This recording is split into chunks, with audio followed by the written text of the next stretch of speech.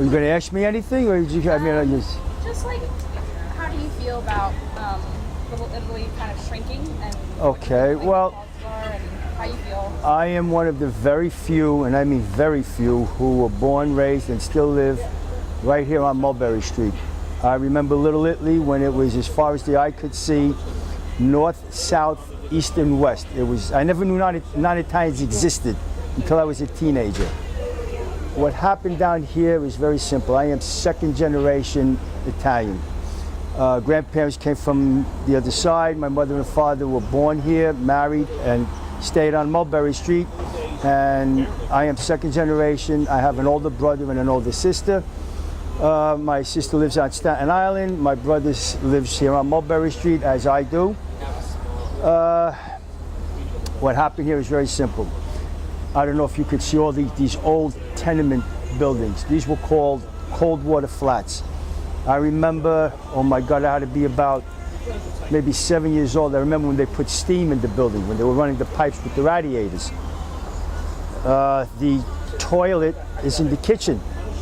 You would open up your apartment door, and to the left of you was another door. That was a toilet. Still there. And not a bathroom, a toilet. And you open the door and there's nothing but a toilet bowl in there. And I remember as a kid, we had the old pull chain. Also in the kitchen was a porcelain bathtub. I believe they're called bear claw legs. It was a porcelain bathtub with a cover on the top, and that cover served as extra storage or seating when the family came over. Second generation, when you got married, you moved out of the neighborhood, you went to Brooklyn, Queens, Staten Island, Long Island. You wanted the backyard, the bathroom that had the toilet bowl and the tub and the sink in one room.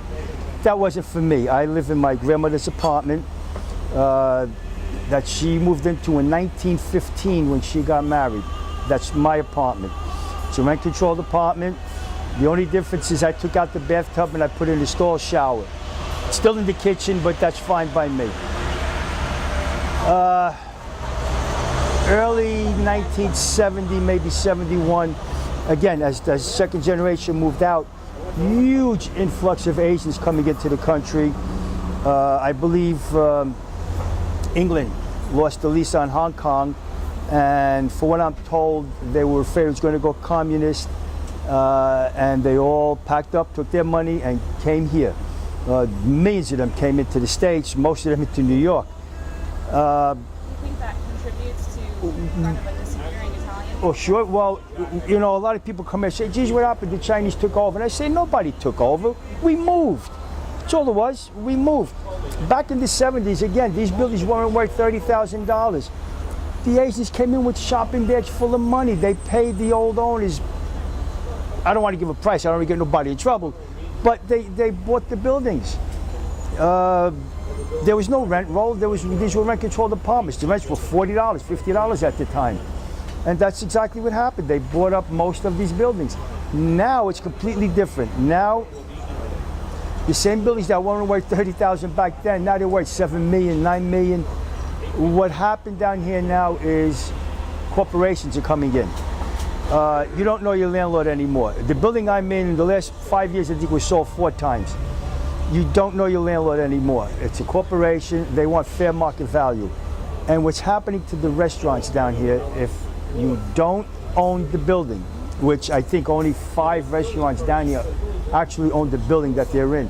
If you don't own the building, you're in a lot of trouble, because when your lease comes up, they want fair market value. So instead of paying, I don't know, $6,000, $7,000 a month rent, now they want $20,000, $25,000 a month rent. That's a nice way of saying, we don't want you here, get out. There's just so much you could charge for a dish of pasta, for a chicken cutlet, so it's an impossibility, you just can't survive.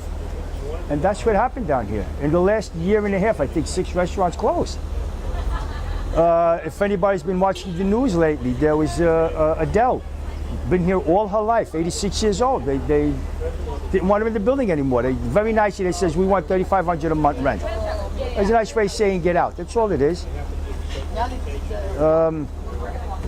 What's also missing down here for many years during the Christmas holidays, all the fire escapes that you see down here, and I mean every single one, for the full length of Mulberry Street, for the full length of Mott Street, the cross streets, everybody put Christmas lights, Christmas wreaths, all decorations on the fire escapes.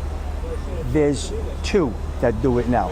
Across the street where you see the Italian and American flag, Michael, he's the only one who does it on this block, and I think maybe 1 or 2 on the other block, and all this is a string of lights. That's all gone. It's all gone. There's just no more Italians left here. This became 2 things down here, actually 3. It became NYU students that are moving into these apartments, and they're moving in 2 and 3 to an apartment to share the rent. Professional people that are coming down here, those are the only ones who can afford the rent. And a lot of buildings down here are becoming hotels where people will stay they'll pay for the room for an apartment for a week or 2. It's nothing more than a hotel. That's all this neighborhood became. It's a shame. It's a shame for me only because, again, I am born, raised, and I still live here, and I've seen the change. But it's not only here, it's all over. Chinatown. You would never, ever see a non-Asian person in Chinatown. Now, as long as you want to pay the rent, they don't care who moves in. Manhattan was a pocket of ethnic neighborhoods. Naturally, Little Italy, Chinatown. You had Irish, German, Polish, Russian, Hasidic Jew. Those pockets are all gone. It's just whoever wants to pay the rent, it's yours. And it's like he's like a nice guy.